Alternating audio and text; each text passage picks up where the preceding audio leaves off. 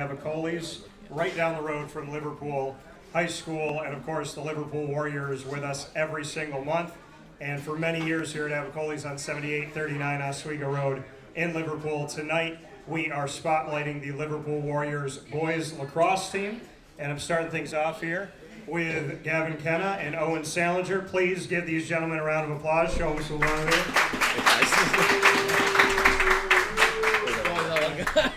Always that one. Gentlemen, how are you? Doing great. How are you? Doing well. How you doing, Owen? Good. How are you? Doing all right. So we're going to get into a lot of different things about the season. We'll also get into rapid fire here from Avicolli's. But Gavin, I want to start with you. All right. How would you describe in 3 words, 3 descriptive words of this team this year? This team, I think the first word we got to go with is gritty. Okay. It's a gritty squad. All right. Then I have to go with dynamic. Another just dynamic crew here. And then the last one, it's a bit off, but I'm going to have to go with vintage. Vintage squad here. Gritty, dynamic, and vintage. Yep. Why vintage? Vintage, I don't know, just vintage. Like when I look at this team, I think vintage. Yeah, that's vintage. Like that team's vintage. Owen, what do you think he means by that? I have no idea. How would you describe the team? Do you have 3 words? Different words? Vintage, I think of like old sports cards. That's what I think when I think vintage. 3 words. Different. Okay. In a good way? Yeah. Okay. Great way. Have to agree with the gritty part, and then adventurous. Adventurous. Okay. What is adventurous about this team? I don't know. There's just something new every day with some of the guys on the team. Always got new stories coming in every practice. It's just, I don't know, it's very adventurous. Owen, who tells the best story on the team? Like, who knows how to tell a story, knows the pace, knows, like, if there's a joke, the right time to hit the punchline? Who's the good storyteller? Definitely Quimir McCutcheon. He's Okay. always got something to say. Always got something to say, okay. Do you remember a special moment this season that stuck out to you from his stories? It's not even his stories. It's just some of the things he says you're just questioning. Like, what? Like, Okay. just something so off topic, but also just he'll bring a laugh to the team. So, All right. yeah. Fair enough. Gavin, what are the best moments that you've had this season with this team? What are your proudest moment, your happiest moment with the team? Well, I think right now, other than what we hope is going to be a sectional championship, I think one of the proudest moments for me is beating Beeville this last week or 2 weeks ago, just because it was our first time beating them in my whole varsity career, Sal's whole varsity career, and it was just a big goal that we've always been looking forward to. And I think it was just like a big step, and it was like we took it personally, Yeah. and it was a fun game too. So I think the fact that it was fun, and we beat a team that we wanted to beat, it felt really good. I was really proud of the whole team for being able to do that and stick through. And like you said, I mean, this is the first time that it's happened in your career at Liverpool. We know what Beeville can do in sectionals and in states. So was that one that was kind of circled from the beginning this season for you? I think, yeah, it was definitely circled just because, like, it's always Beeville. It's always going to be a competition with them. It's always circled on the calendar. You know, it's always those guys that we're looking at, checking on the whole season. So I think definitely we're like, we went out with a little bit more of an edge this time, especially after losing to them last season to end our season basically in the section championship. And yeah, they're definitely circled. They were circled on the calendar. Owen, for you, do you have a different favorite moment so far? I was gonna say the same thing, but if I had to name something different, it'd have to be, gosh.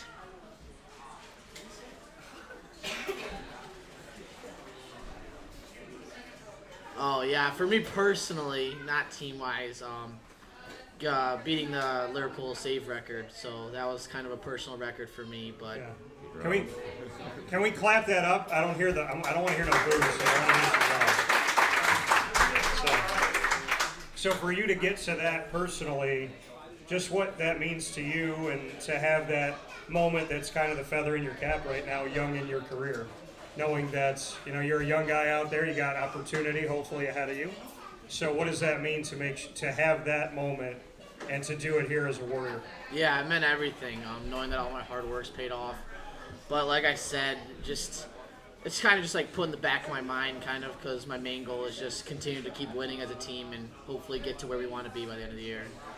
We always do this, and I like when the coach is within my view finder here. So Coach Felice is right over here. Owen, I want you to tell me something good about Coach. You never know the mood he's going to come to practice in. He's got those sunglasses on, and you never know. He could be staring at you with like a death stare, or he could just be smiling at you, and you'll never know. So behind those sunglasses, you have no idea? No idea. Have you been able to accurately guess who he is coming into practice? Do you feel like you've gotten good at it, or is there somebody on the team that's really good at looking beyond those sunglasses and saying, I can tell this is what it's going to be like today in practice? Yeah, definitely being here for 4 years, I kind of get a sense of his body language when he walks into practice, like, oh, he had a bad day today, or having like this is going to be a good practice. Just kind of knowing that. Gavin, for you, tell me something good about Coach Felice. I think about something about Coach Felice, a little more nice about him, I guess, because that was a little bit 50-50. Nice. I think he's always pushing us to be the best people we can be on and off the field, which I think is a big thing that I feel like other coaches don't really look at him about. And I feel like he wants the best. He wants us to be the best people we can be, the best team we can be, and just like the all around, just look good together. And I think that's something that he goes really under the radar with him, especially because how good of a coach he is off the field. He's even better, even much of a greater guy. And yeah. So we look at this season, and there's been those proud moments. There's been adversity at times as well. Gavin, I'll stay with you on this.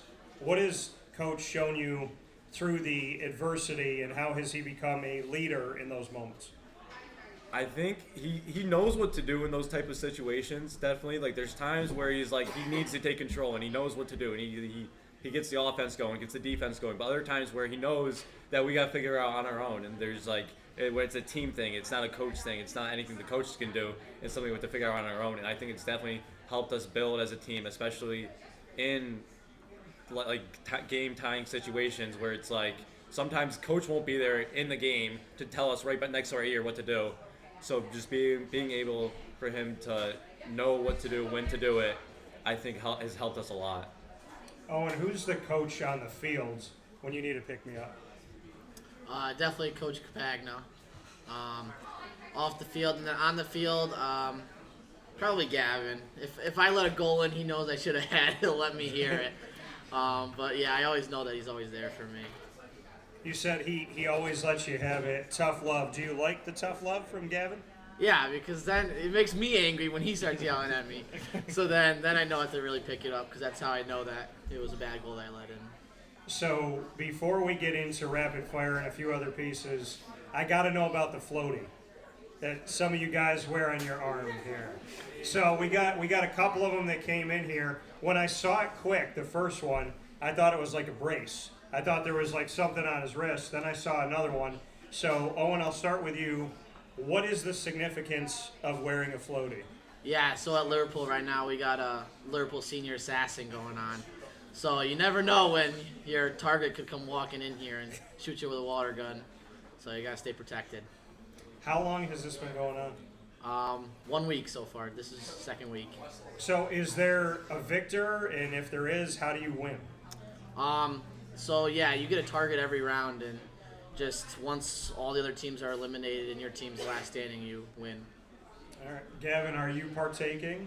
I am partaking. Me and Sal and Mish are on the same team, going against some other guys, and basically the floaty keeps you protected for the beginning of the week, and then the weekends it's where there's no more protection, and that's where we come out and really try to go after people. We're more of a late game type of squad, but then I know people like Mason and Dom over there. They like to strike hard, strike first. You know, they're that type of team. So it's a lot of strategy that goes into it, and by the end, I think we'll be seeing each other. How do you get to wear the floaty? What do you mean? Like, Who determines who gets to wear the floaty and be protected? Anyone can wear a floaty at any time, really. Okay. And it's really just up to you if you want to like look embarrassing in public or not. So Okay. a lot of the kids that absorb that, especially coming to Avicolli's, like we got a lot of kids wearing them, but you know, there's been a lot of kids in school that have been lacking and didn't want to get embarrassed going into public with it, and they've faced the consequences. So, I mean, can this happen anywhere? Can this happen walking through Target or Walmart or? Basically any public area except for like school zones and like away games, anywhere like near a school, just because that's just a dumb thing to do. Okay. So, you guys are confident you're going to win? Oh yeah. Owen? Yep. Always confident. Always 100%. confident? Have you guys worn floaties yet or no? Yeah, everywhere. Yep, mine's right there on the Everywhere? whistle. Okay. All right, fair enough. Yeah, so we got how many guys are wearing them right now? 2? 1? Oh, wow. 1, 2, 3, 4, 5 guys are wearing them at the moment. So a little, some guys are a little nervous my coming God. here to have No. goalies, right? Oh.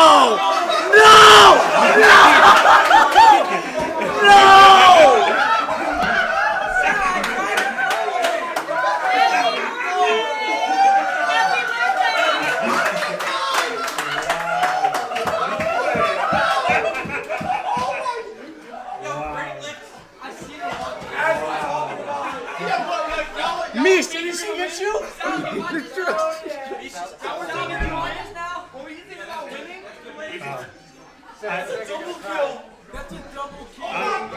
I'm going to tell you right now, as sad as I feel for you guys, I think this video is going to go viral. So thank you for helping Wake Up Call go viral. Clap it up for viral. How about that? Wow. So who just came up here and did that? Who was it? We honestly didn't know who the enemy was until now. Okay. I saw her walking through. I was like, oh, it could be someone. Like, there's no way. So you have no idea who that was? No idea. Well, we knew who she was, but we didn't know she was coming for us. We thought she Okay. was just coming in here to try to get a meal. All right. Crazy.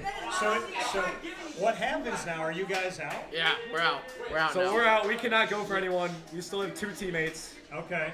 All right. Where are your teammates? Yeah, we got Owen Michaud over there. Okay. He's one of our teammates. He's got his floaty on. All right. And then we have Keep that floaty on when we need you. And then we got a teammate on the baseball team. So it's up to those guys to bring us back. Okay. Wow. Hey, talk about late game player. Wow, that's crazy. Did you guys know that was going to happen? No idea. None of you, but they all Who set us videotaped. up? Who set us up? There was a lot. You got right now. Who was the setup person? Who was the mole here? Mason.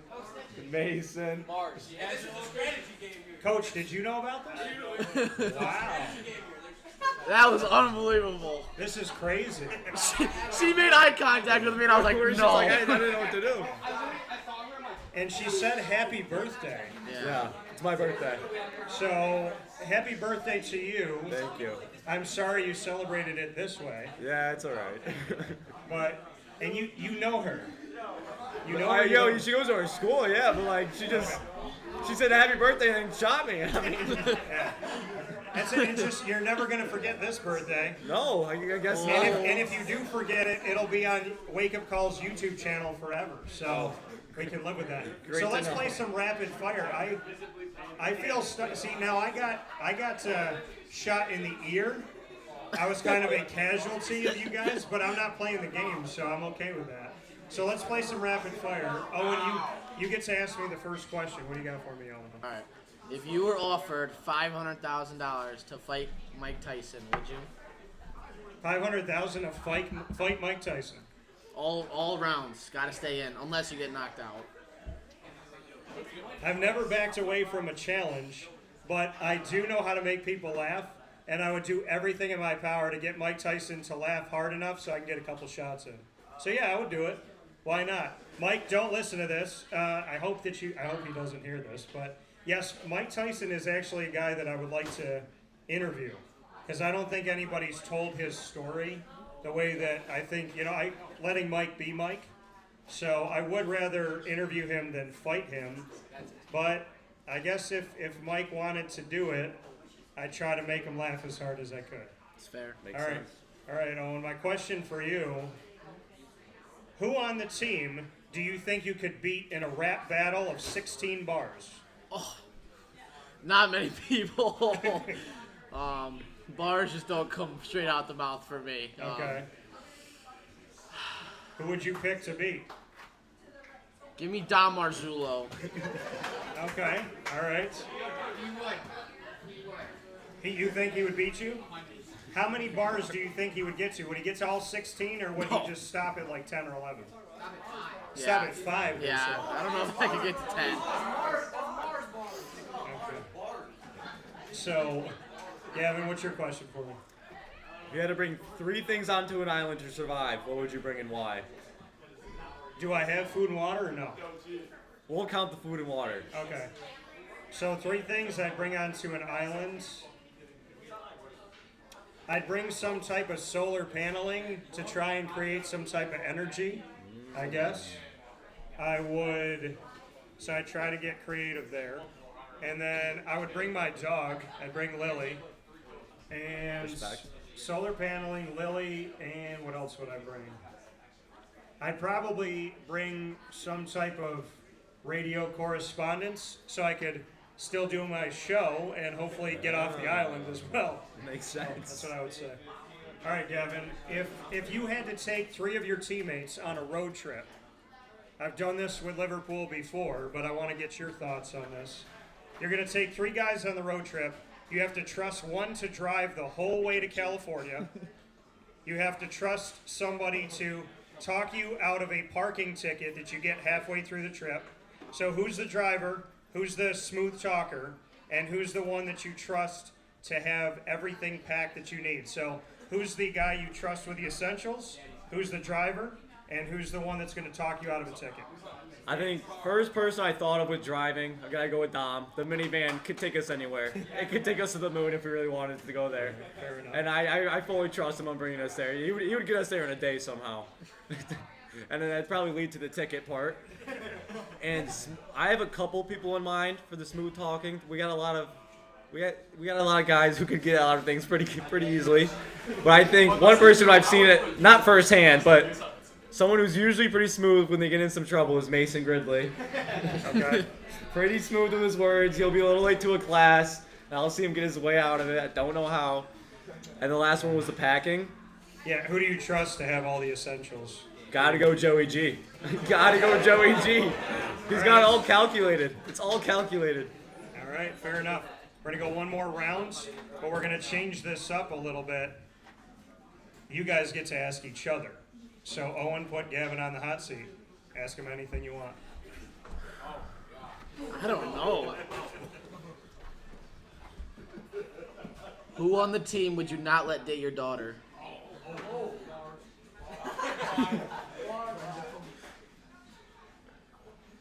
I don't. Honestly, no, I don't know. I'm gonna go with Kawhi. Why? Because he said no right before, or what? I mean, a lot of the guys were pointing at him, so I just kind of assumed. And you know, there's some. Oh boy, that's a later conversation. Okay, Gavin, what's your hot seat question, rapid fire for Owen? For Sal.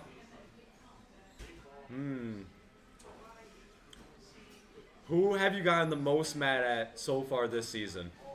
Other than me. Jake Bubby Bertall. Sometimes, bad game going our way. Bubby will look at me, and just the way he looks at me, I just want to just yell at him. And then every time I say something to him, could be the nicest thing ever, he'll just shut down. Got to find a way to stop that, but yeah. Fair enough. So before we get to your teammates and get to coach, Owen, what do you want everyone to know about this season for the Liverpool Warriors lacrosse team? These last few games that you have, what should we know about the fight in this team, the drive in this team? How would you describe the road forward? Don't count us out. Our record might not show that we're a good team, but every time we step on that field, we're going to give a team a run for their money. I like that. Don't count us out. Gavin, what's your words that you want everybody to know about Liverpool boys lacrosse? Yeah, I think the same thing. Like, I feel like we haven't fully clicked yet. So, like, this is not the best team you'll see right now in the season, and we're only going to get better from here. That coming from Gavin Kenna, as well as Owen Salanger, myself, Dan Tortora. Wake-up call from Avicolli's Liverpool Warriors boys lacrosse. We got plenty coming up here on YouTube, Facebook, and Podbean, and of course here at 7839 Oswego Road, Liverpool. Please give these guys a round of applause. You guys did a good job.